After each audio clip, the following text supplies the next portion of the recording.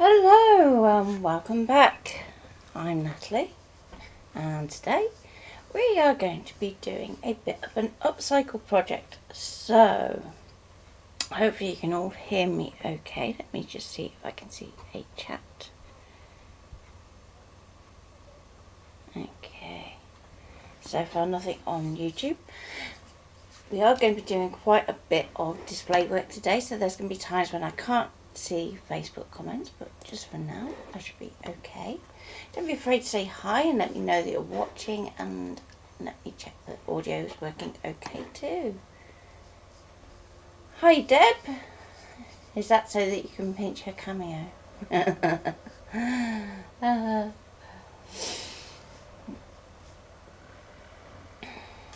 Okay, so by the end of today what we want to aim to have is our cereal box with a drawer that's going to slot in nicely. So we're going to be cutting this from something that is preferably double-sided so that you have a pre-lined drawer, and it needs to be about 200 GSM or 250 GSM just so that we can get nice crisp corners. If you go up to 300, what you can sometimes find is it starts to get a bit harder to fold, especially on this top edge where we've got a rolled edge. And hopefully we can go from there. So you'll notice first of all that I've left my boxes a little bit proud. That's because at the moment there's no button on there, so it's going to make life a little bit easier if we just leave it that a little bit longer. And let's show you what we need to do with the box. So excuse the keyboard for a minute, but we're going to need that in a bit. So let's grab our cereal box and show you what we need to do. So if we look at this one in here, you're going to see that rather than cut off all the sides, we've actually glued those in place. So best thing to do, double-sided tape and a couple of small dots of glue that's going to hold these in place so they're not snagging on our drawers. But you also want to cut off anything off this top edge here. So if you have anything that's still attached and you do the little tear off bit for your cereal box, you want to cut those little bits off so they probably look like two little triangles that are cutting on that edge. So as you can see on this one, I've already cut off the triangles and the tape ready so that we're not going to be too slow on this section, but it's mainly just so that you know what you're doing with the actual box itself.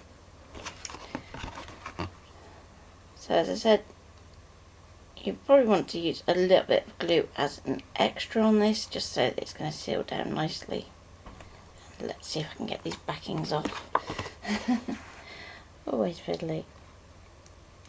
So, hi Mum, hi Linda, if I haven't already said hi. And if I haven't mentioned your name, do let me know that you're watching. So if you're on YouTube, I can see your comments come up in two places at the moment, which is cool.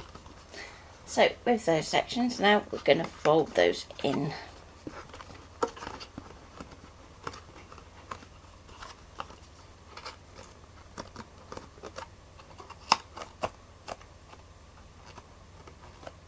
Okay, so if you've got little bits of glue like this on this side, just in here, what I would say is just try and pick those out with like a hook tool or something, just so it's nice and smooth, or you can attack it with a nail file.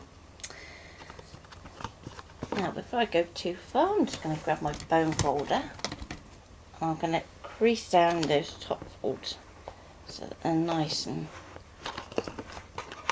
flat, so we're giving ourselves the most space for our boxes that we can do. And getting on this short edge here.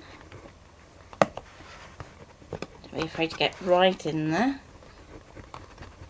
So we're going right into that corner. So you should now have something that looks like this. Nice smooth edge. This one here, if you've got any little bits that are just curled up, again just attack it with a nail file so that it's nice and smooth. The smoother we can make this outside box, the better that our drawer is going to work. So I thought I would show you how to actually measure and create your box from scratch in Affinity. So everything I'm going to do from here on in on screen, you're going to be able to do in Canvas. You are going to be able to do it in Illustrator if you want to. If you want to do it in Silhouette Studio, that's fine. And if you want to do it in Shortcuts Lock, that's fine too. There's going to be some times when we have a few shortcuts that I can mention to make life easier in each program. So I'll try and remember those as I go. So I'm going to hop over to the display so that we can get started on our box. Okay, so let's go to the remote and display. So hopefully you can see my screen. Now all I've done is I've started a new document that is our active area of our scan and cut map. So at this stage it doesn't overly matter how big your canvas is, so don't get hung up on it. So if you're working in Canvas itself, you can just use a 12 by 12. If you are working in Illustrator, you can probably get away with an A4. So it's a pretty nice and simple box that we're going to be constructing. You're going to need a ruler. And if anybody's not sure about the settings for Affinity, just let me know and I'll pop those up on screen briefly as well. So let me just go back overhead for a moment, just so I can see if there's any questions. And I'm going to grab my ruler, and I've gone for one that has the T-square on it so that we can make sure that we're staying nice and level. And if your box is being a bit warped, just squeeze it back so it's pretty much back to a right angle, because it's quite important that we get some accurate measurements. So with our ruler, what we're going to do is, rather than measure from the outside to the outside, we're actually going to measure from the inside. So if I hook this over the edge, I can see that the side of my walls are about 1 mil. So let's see if I can get this to focus. Okay, almost, come on, just here. There we go. So the side's about 1 mil thick. So we want to start measuring from this inside edge here. Now obviously the more tolerance you allow, the looser your drawer is going to be, but you don't want to go too far that your drawer looks like it's too small for the actual container. So I'm going to say it's about 68 mil wide, taking off that 1 mil from this edge and this edge. And our top edge, let's go back to where it's more square. So we can make sure we're holding our box square. And again, I'm going to take that to about 39. So 68 across that way by 39 that way. So at this point we go back to our display. We're going to create a box. Doesn't matter how big we create it, because we can actually key in our width and our height, and you can do the same in Canvas or in Illustrator. So we're going to go for 68 mil across, not 668, that'd be huge. And 39 tall. So that's going to give us the front of our drawer, and it's a good place to start because it's probably the easiest to measure. Okay. Now, with our depth of our drawer, so that we're going to be drawing the body next, we're going to want to measure our box, but obviously for starters we know that it's going to have this same width. So if we duplicate this shape here, like so, we don't have to put it up to this shape just yet, just leave it floating. We go back overhead. Each time that we're drawing, we're going to know at least one of the dimensions already. So if we go across, let me just hop back into Streamlabs just to check that you can see. we are looking at about 10.5 if it was going all the way to this back edge. But we know from this bit here, in actual fact, we need to come in at least 1 mil. So I'm going to say that we're going to go, yeah, let's go 104. So we've got that leading edge. Now if you're happy that you've got something to put on the front to actually pull, then you can take it a little bit smaller and go to the 103. So for instance, if you've got some ribbon to hand that you can use, then you can use that. Okay, so back to our display, and this time we are going to go and put that as our 104, like so. Now to make this a bit easier for you to see at home, I'm just going to put a stroke on just so that you can see the outside of the box. So we end up with 2 boxes so far, like so. We now need another copy of this bottom one here. And we're going to press and hold Alt, click and drag to get a duplicate in most software. In Affinity you can let go before you place. In Illustrator you'll need to keep that Alt pressed until you release your mouse. So you're better off to release the mouse, release Alt, and then move your shape to where you need it. Okay, so far we've got kind of a U shape happening. Now we need to do the sides. So this is where we start to know what our sizes need to be. So we're going to put a copy of that body shape, and our height at the moment for this one is 39. So what that means is our short edge here needs to change to 39. So in transform, we're going to click on that and change that to 39. We need 2 copies of that because there's 2 sides to our drawer, like so. Now if you're working in Affinity, you're going to see that there's a little bit of variation in your line widths. Don't worry, but what that does mean is probably when you weld, you're going to find out that... I don't have an answer for that. Go away, Alexa.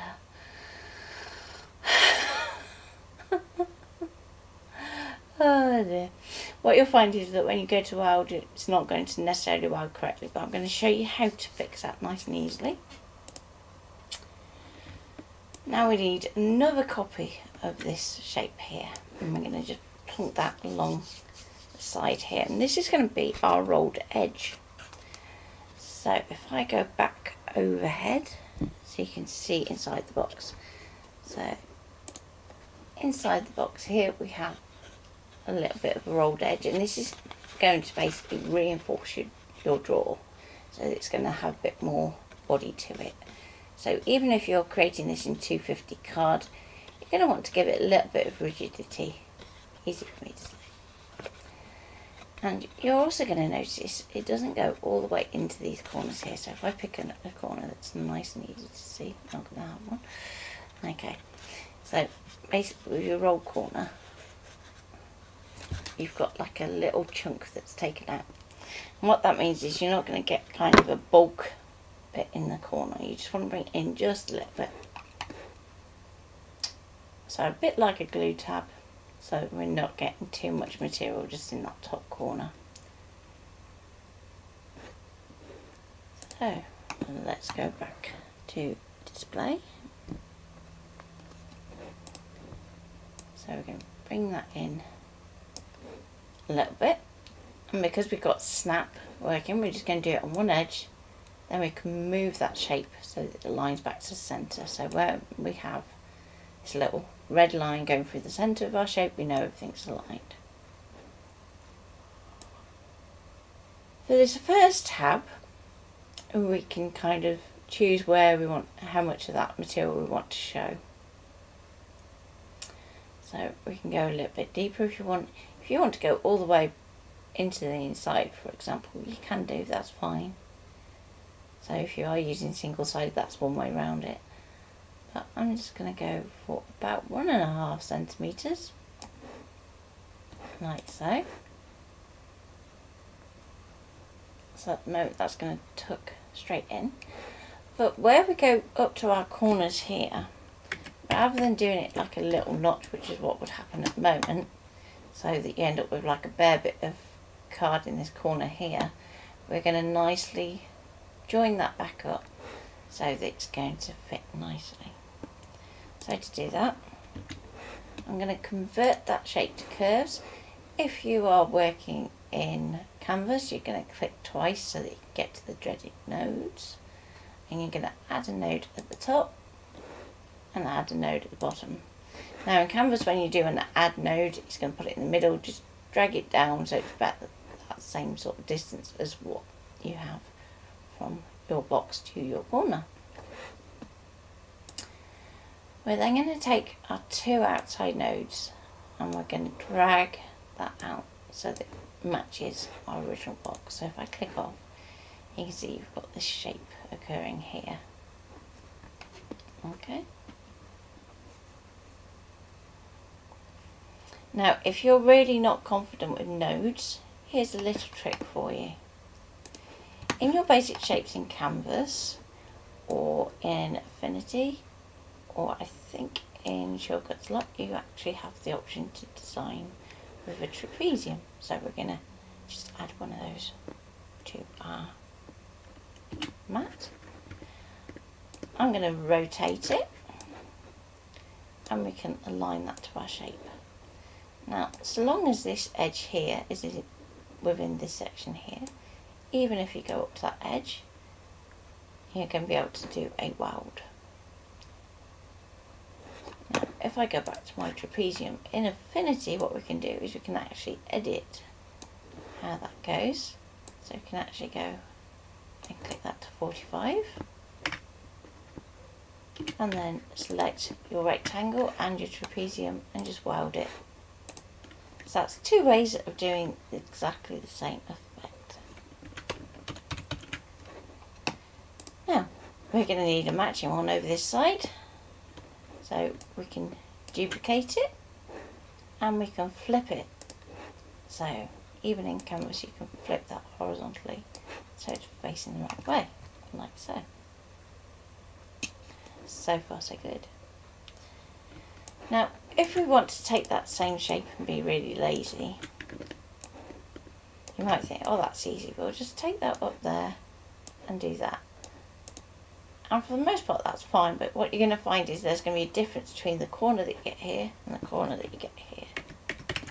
So if I just zoom back in and I go undo so that we get back to that point. If instead we go to our nodes, we can highlight those and we can just drag them in so that they go to that shape, and then we know that these corners are identical.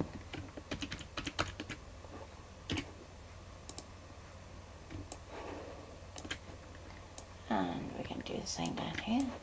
You can use flip or rotate, it doesn't make any difference at this point. And then what you need to do next is to do your little glue tabs. So I'm going to show you a way on the workshop on Saturday of actually making this a little bit quicker. But for now, I'm just going to use another trapezium shape, like so. Okay, and I'm just going to squidge these back a bit, like so. But also, in thick materials, you want to bring it back just a little bit from this fold, just a tidge. Okay, and by doing that, we're giving the material enough space to get around the fold in that corner. So you don't want to make that too big, because otherwise you're going to get like a little gap in the bottom of your drawer. Handy if you want to put lights in, but not so good if you want a nice smooth surface to apply paint to. And I'm going to take this across here, and we can drop that down there. Now we don't need one here or here, but we do need one here and here. So a nice quick way, select those two shapes, duplicate them, doesn't matter where you put them really, flip them, and then we can align those back in. And hopefully, so far so good, you've got something that resembles this. So this is going to give you that open top box, which is handy if you want to create boxes with lids, for instance. So it's a really basic net to kind of get your head around. So I go back overhead, just so I can check comments and questions. So if you have questions, don't be afraid to ask. So there we go. You should have a box that when you cut it out is going to look like this. But first of all, we need to weld everything, and then you can add optional score lines if you want to. So I'm going to go back to display. And let's weld. Now, if you have something where you have lots of score lines like this and you're like, I think it's going to break here, and it's going to break here, it's just not going to weld properly.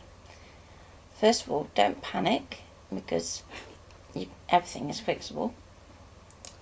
But what you can do is just give yourself a few guides. So in Canvas, unfortunately, you don't get this option, but if you're using any other software, they'll have guides.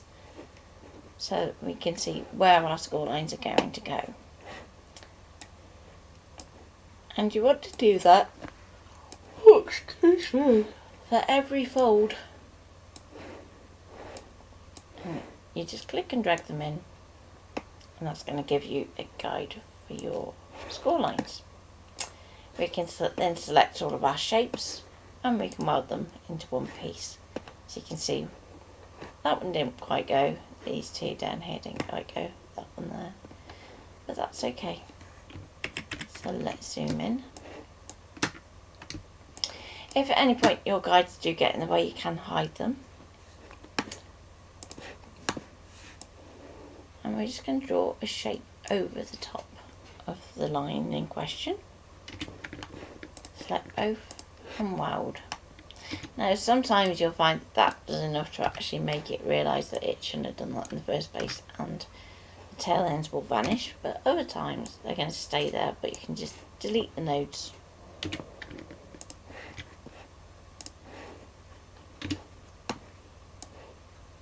Just highlight them and delete.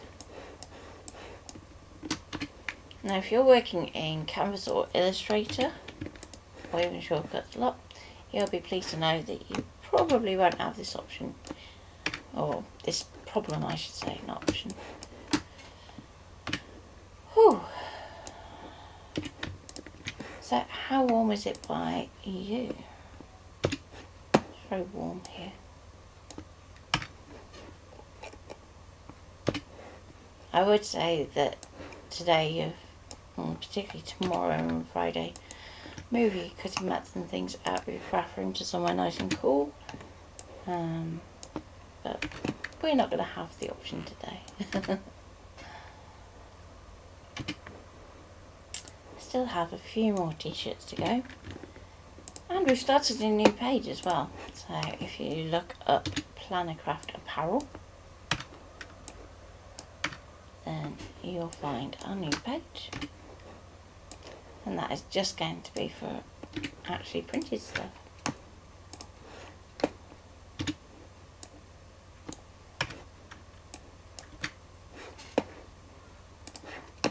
Okay. So once you have a mat that is all nice and solid with no breaks, then we can go back through and do our score lines, and you can see how much your guides are going to help you for this one. So let's make life really easy, which we can do when we've got something like this where everything is rectangles. I'm going to start off with a rectangle and go from one corner to the other across a box.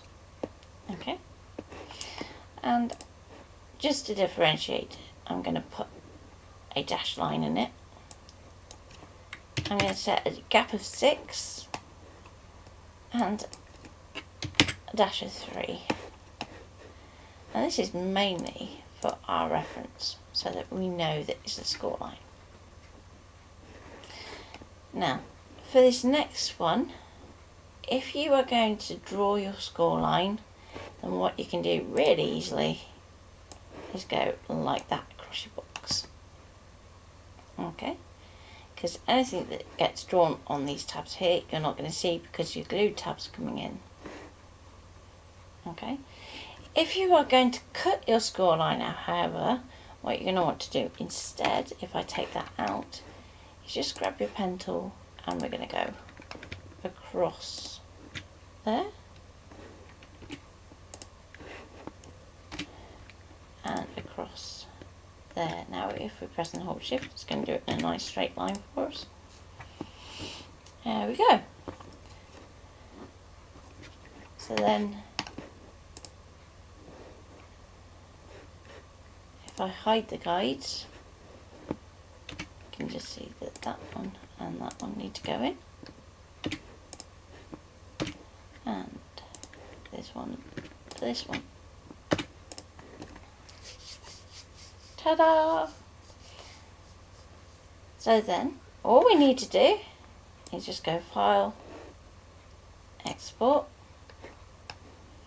We're going to use our normal SVG settings, so for those of you that are newer, I'm just going to go to More, and you can see those there. So if you want to take a snapshot of those, that is absolutely fine. I don't mind at all. Okay, so then we go to Export. Just going to think about it for a bit. Let's go into my stream folder, and we can put in our Upcycle box. And you can then import it into Canvas if you want to, and set the draw for the score lines, for instance. Or you can take that direct to your machine if you're going to cut your score lines. And that's not bad, is it? Half an hour for that. So let's say you wanted to add in a finger hole instead. So we're going to leave all our old edges in, but we're going to draw an oval and want to give it a solid edge like so. Okay, we're going to take that and we're going to decide which side of our box we want it on. So in this case we need it on the narrow edge, and we can still select that and our main box shape, and we can punch that through. And at this point you're going to panic because your score lines are all gone. You can send it to the back, or you can just click and drag it where you need to. Now just notice on our score line it's got a fill, we just need to knock that out. Okay. And likewise, where we've done our finger little slot there, what we're going to do is just take that shape and we're just going to bring it back, press and hold Alt, and there we go, so that we're not cutting across that cut line by accident.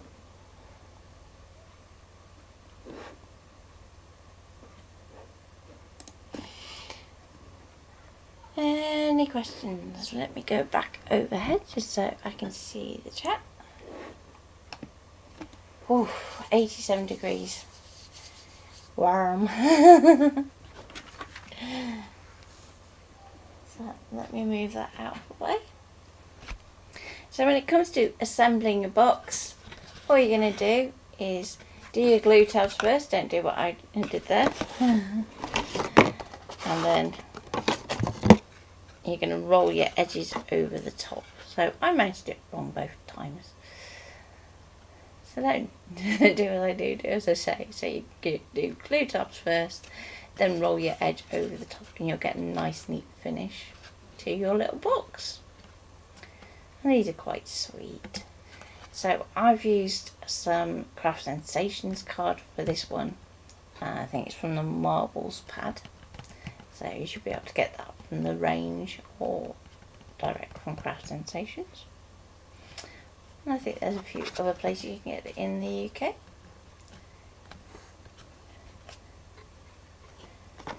And what we will do tomorrow is we'll actually build our drawers into unit. So at this point, don't worry about covering this part of your box, because what we're actually going to be doing is building sides for it. So we're going to be using offcuts of foam board. So if you've done some of the layering shadow boxes, for instance, you usually end up with lots of little pieces of foam board. So I want to use some of those to finish off my drawers. So we're going to end up with a little unit back so high, and then it's going to have thicker edges around the outside where our foam board is. And then we're going to apply lots of mixed media techniques. So tomorrow what you need, foam board or mount board, either will do. You're going to need a gel plate. You are going to need some stencils.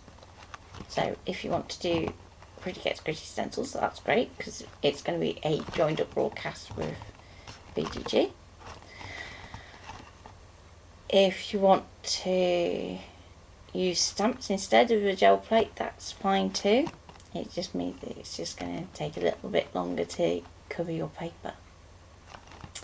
So the idea is that we're going to be covering our foam board, tucking in some paper inside here, so that we're going to get a little bit of a snugger fit with our drawers. So at the moment it's quite loose.